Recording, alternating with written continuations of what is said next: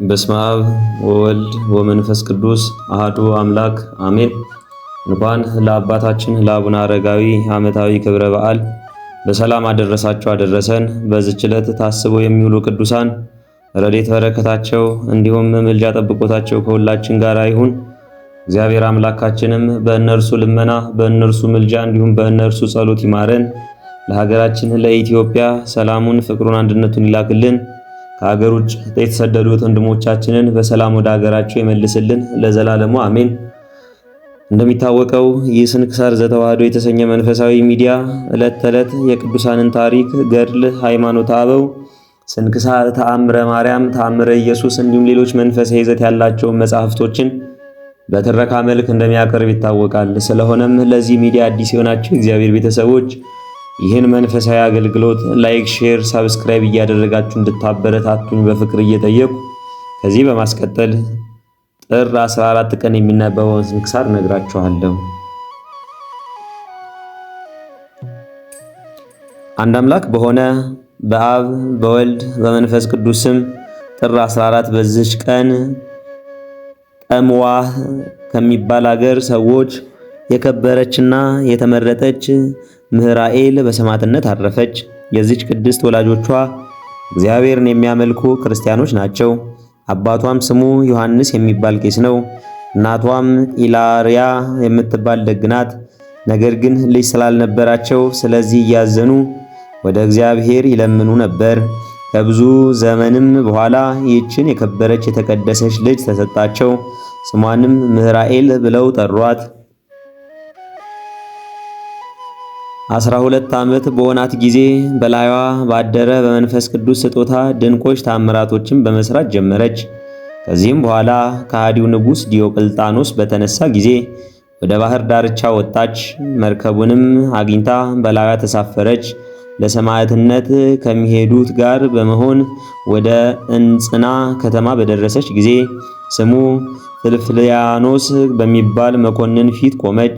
ባያትም ጊዜ ስለታናሽነቷ አራርቶ ሊተዋት ወደደ። ሊተዋትም እንደወደደ አውቃ እርሱና የረከሱ አማልክቶችን በድፍረት ረገመች።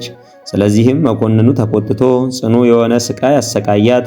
ከቀናች ሃይማኖቷ ሽንግሎ ይመልሳት ዘንድ በተሳነው ጊዜ ጊንጦችን፣ እፉኝቶችንና እባቦችን ሰብስቦ በዳውላ ውስጥ እንዲጨምሯቸው እርሷንም ከእርሷቸው ጋር በዳውላ ውስጥ እንዲጨምሩ አጥማጆችንም አዘዛቸው። እነርሱም እንዲሁ አደረጉ።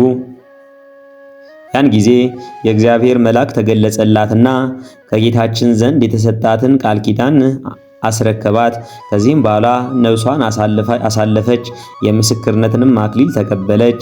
ከዳውላውንም ውስጥ አውጥተው በዚያ ቦታ ቀበሯት። ከዚህም በኋላ አባቷና እናቷ በሰሙ ጊዜ ስጋዋ ወዳለበት ከብዙ ሕዝብ ጋር መጡ። ከዚያም ስጋዋን አፈለሱና ወደ ወሰዷት። በታላቅ ክብርም ገንዘው ባማረች ሳጥን ውስጥ አኖሯት። በስውር ቦታውም ያማረ ቤተክርስቲያን ሰሩላት። እርሷም ድንቅ ታምራቶች ገለጠች። ለእግዚአብሔርም ምስጋና ይሁን። እኛንም በዚህች ታላቅ እናት ጸሎት ይማረን፣ በረከቷም ከኛ ጋር ይሁን ለዘላለሙ አሜን። በዚህችም ዕለት የከበረ የሕፃን ቂርቆስ ማህበር የሆኑ 4034 ጭፍሮች በሰማዕትነት ሞቱ። በረከታቸው ከኛ ጋር ትሁን ለዘላለሙ አሜን። በዚች ቀን በገድል የተጠመደ የከበረ አባት አርከሌድስ አረፈ። ይህ ቅዱስ ከሮም ሀገር ከታላላቆች ወገን ነው። የአባቱ ስም ዮሐንስ የእናቱ ስም ሰንደሊቃ ነው። ሁለቱም እውነተኞች የሆኑ በእግዚአብሔር ሕግ ያለ ነቀፋ የጸኑ ናቸው። ቅዱስ አርከሌዲዮስም ዕድሜው 12 ዓመት በሆነው ጊዜ አባቱ ሞተ። እናቱም ሚስት ልታጋባው አሰበች። እርሱ ግን ይህን አልወደደም። ከዚህም በኋላ ወደ ንጉሥ ሄዶ የአባቱን ሹመት ይቀበል ዘንድ መከረችው። ከእርሱም ጋር 2 አገልጋዮች ላከች። ለንጉሥ እጅ መንሻ የሚሰጡ ብዙ ገንዘብ ሰጠች። በመርከብም ተጭኖ በባህር መካከል ሳለ ጥቅል ነፋስ በላዩ ተነሳ። ማዕበሉም እጅግ ከፍ ከፍ ብሎ መርከቡ ተሰበረ። እርሱም በአንዲት የመርከብ ስባሪ ሰሌዳ ተንጠልጥሎ ወደ የብስ ደረሰ። ከባህሩም ሲወጣ ማዕበሉ የተፋቸው በድን አገኘ። ተቀምጦም በላዩ አለቀሰ። የዓለም ኃላፊነት አሰበ። ነፍሱንም የሚገስጻትና የዚህ ኃላፊውን ዓለም ገንዘብ ምኔ ነው? ላንቺስ ምንሽ ነኝ አለው። ከዚህም ከሞቱ በኋላ ወደ አፈር እመልሳቸዋለሁና የሚለውን ሆነ። በዚያችም ጊዜ የክብር ባለቤት ወደ ሆነው ወደ ጌታችን ኢየሱስ ክርስቶስ ለመነ፣ የቀና መንገድንም ይመራው ዘንድ። ከዚህም በኋላ ተጓዘ። በቅዱስ ሮማንስ ስም በሶርያ ሀገር ወደ ተሰራች ወደ አንዲት ገዳም ደረሰ። ከገንዘቡም ከእርሱ ጋር የተቀረውንም 200 የወርቅ ዲናርና ለአበምኔቱ ሰጠ። የምንኩስናንም ልብስ እንዲያለብሰው ለመነው። የከበረ አርክሌዎስም ከመምጣቱ በፊት ለአበምኔቱ መንፈስ ቅዱስ አስረድቶት ነበር። ወደ እርሱ በደረሰ ጊዜ አበምኔቱ ደስ አለው። የከበሩ መነኮሳትም ሁሉ ሰበሰባቸውና በቅዱስ አርክሌዎስ ላይ ጸለዩ። አበምኔቱም የምንኩስናን ልብስ አስኬማንም አለበሰው። መነኮሳቱ ሁሉ በእርሱ ደስ አላቸው። የእግዚአብሔርን ጸጋ በላዩ ተገለጸችለትና ከዚህም በኋላ የከበረ አርክሌዎስ በጠባብ መንገድ ተጠመደ። ጽኑ ገድልን ተጋድሏንም ሁልጊዜ መጋደል ጀመረ። በየ7 ቀን የሚጾም ሆነ። በቀንና በሌሊት ይጸልያል። እግዚአብሔርም ሀብተ ፈውስ ሰጥቶታልና በእምነት ወደ እርሱ የሚመጡ ብዙዎች በሽተኞችን አዳናቸው። ከሴቶችም ፊት ከቶ እንዳያይ ከጌታችን ከኢየሱስ ክርስቶስ ጋር ቃል ገባ።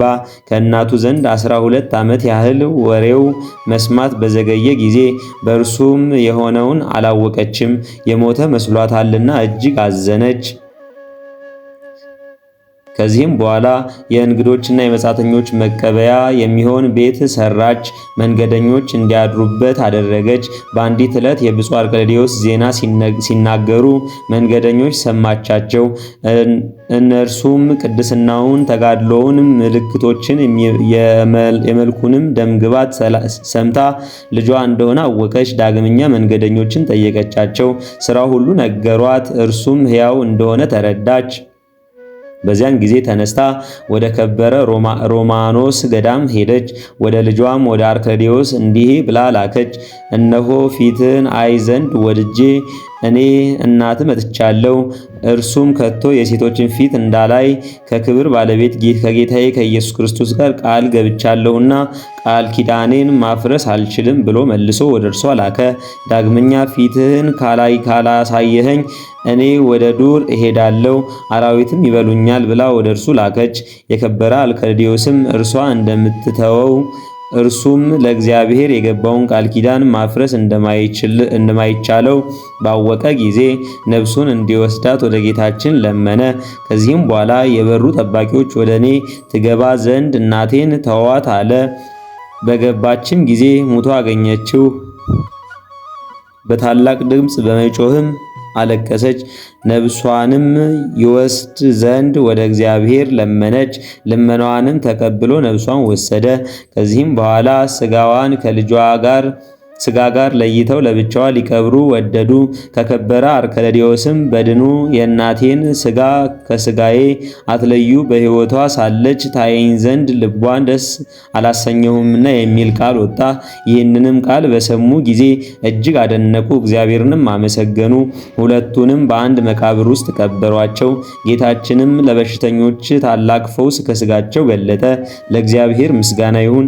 እኛንም በእነዚያ አባትና እናት ጸሎት ይማረን፣ በረከታቸውም ከኛ ጋር ትሁን ለዘላለሙ አሜን። በዚህች ዕለት የከበረች አምራይስ በሰማዕትነት ሞተች። ይህችም ብጽዕት በክርስቶስ ሃይማኖት ለጽኑ ለከበሩ አባቶች ልጅ ናት። ፈርሃ እግዚአብሔርም እየተማረች አደገች።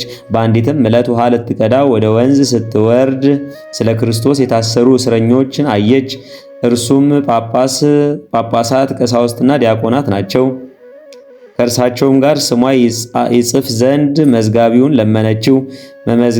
መዘገባትም ወደ ከሃዲው መኮንን ወደ ቁልያኖስ አቀረቧት። እርሱም ለጣዖት ትሰግድ ዘንድ በብዙ ነገር ሸነገላት። እምቢ ባለችውም ጊዜ ቸብቸቦን ይቆርጡ ዘንድ አዘዘ። ከተባባሪዎችም ጋር ምስክርነቷን ፈጸመች። ለእግዚአብሔር ምስጋና ይሁን፣ እኛንም በዚህ ሰማይ ጸሎት ይማረን፣ በረከቷም ከኛ ጋር ይሁን ለዘላለሙ አሜን። በዚችም ቀን የዱማቴዎስ ወንድም የከበረ መክሲሞስ አረፈ። እነሆ ገድሉን ከወንድሙ ገድል ጋር በዚህ ወር በ17 ጽፈናል። ለእግዚአብሔር ምስጋና ይሁን ለዘላለሙ አሜን። ጥር 14 ቀን የሚከበሩ ዓመታዊ በዓላት አቡነ አረጋዊ ዘሚካኤል፣ ቅዱስ አባ መክሲሞስ፣ ቅዱስ አባ አርከሌዲዮስ፣ ቅድስት እምራይስ፣ ቅድስት ምህራኤል፣ 434 ሰማዕታት፣ ማኅበረ ቅዱስ ቂርቆስ። ወርሃዊ በዓላት አባ ስምዖን፣ አባ ዮሐንስ፣ ቅዱስ ገብረ ክርስቶስ ሙሽራው፣ ቅዱስ ሙሴ፣ ቅዱስ ፊልጶስ ከ72ቱ አርድእት፣ ቅድስት ነሳሂት። እግዚአብሔር ፍርድን ይወዳልና ቅዱሳኑም አይጥላቸውምና ለዘላለምም ይጠብቃቸዋልና። ጻድቃን ምድርንም ይወርሳሉና በእርሷም ለዘላለም ይኖራሉ። የጻድቅ አፍ ጥበብ ያስተምራል፣ አንደበቱም ፍርድን ይናገራል። የአምላክ ሕግ በልቡ ውስጥ ነውና በእርምጃውም አይሰናከልም። መዝሙረ ዳዊት 36 ከቁጥር 28። ዘአቅረብኩ ማኅሌተ አዘክሬ አእላፈ እምዕለተ ጸምዱ ከዘልፈ ላነብብ ተወከፍ ዘንዴቴ መጻፈ እንተ ረሰየከ እግዚኦ ጸሪቀ መበለት ኩፈ እምለ አቡ ቡላን ዘተርፈ። ነቢያት፣ ቅዱሳን ወሐዋርያት፣ ሰባኪያን፣ ሰማዕታት ወጻድቃን ወመላእክት፣ ትጉሃን ደናግል፣ አድዮ መነኮሳት ሄራን ባርኩ ባርኮ ጉባኤ ዛቲ መካን እስከ አረጋዊ ልሂቅ ወንዑስ ሕፃን ለዘጸሐፎ በክርታስ ወለዛ አጻፎን ዘይደርስ ወለዛ አንበቦ ወለዘ ተርጎሞ በልሳነ አዲስ ወለዘ ሰምዐ ቃሎ በዝነ መንፈስ በጸሎተ እሙ ማርያም አራቂቱ ኩሉ እንባይ ስቡረ ይምሃረነ ኢየሱስ ክርስቶስ ስቡረ ይምሃረነ ኢየሱስ ክርስቶስ ስቡረ ይምሃረነ ኢየሱስ ክርስቶስ። ጌታዬ ሆይ ከብልጽግናቸው ብዛት የተነሳ ብዙ መባ ካገቡ ይልቅ የድሃይቱን አነስተኛ መባ እንደተቀበልክ ለሁል ጊዜ የማገለግልን የአእላፍ መላእክትን እያሰብኩ በችግሬ ጊዜ የማቀርብልህም ምስጋና ተቀበል። እናንተም ቅዱሳን ነቢያት፣ የወንጌል ሰባኪያን ሐዋርያት፣ ሰማዕታትና ጻድቃን፣ ትጉሃን መላእክት፣ ፍጹማን ደናግል እንዲሁም ደጋግ መነኮሳት ሆይ ልጅ አዋቂ ሳይለይ የምንሰበሰብባትን የጉባኤ ቦታ ባርኩ። ይህን መጽሐፍ ወረቀት አዘጋጅቶ ብራና ደምቶ የጻፈውንና ያጻፈውን ከግዕዝ ወደ አማርኛ የተረጎመውን ቃለ ንባቡን በእርጋታ መንፈስ በተመስጦ ሕሊና ያነበበውን እንዲሁም ያዳመጠውን በደለኛን ሁሉ የምታስምር በጌታዬ እናቱ በማርያም ጸሎት ኢየሱስ ክርስቶስ ይማረን። ኢየሱስ ክርስቶስ ይማረን። ኢየሱስ ክርስቶስ ይማረን። ነሳስቶ ላስጀመረን አስጀምሮም ላስፈጸመን ለልዑል እግዚአብሔር ክብር ምስጋና ለእርሱ ይሁን። ወስብሐት ለእግዚአብሔር ወለወላዲቱ ድንግል ወለመስቀሉ ክቡር። ይቆየን።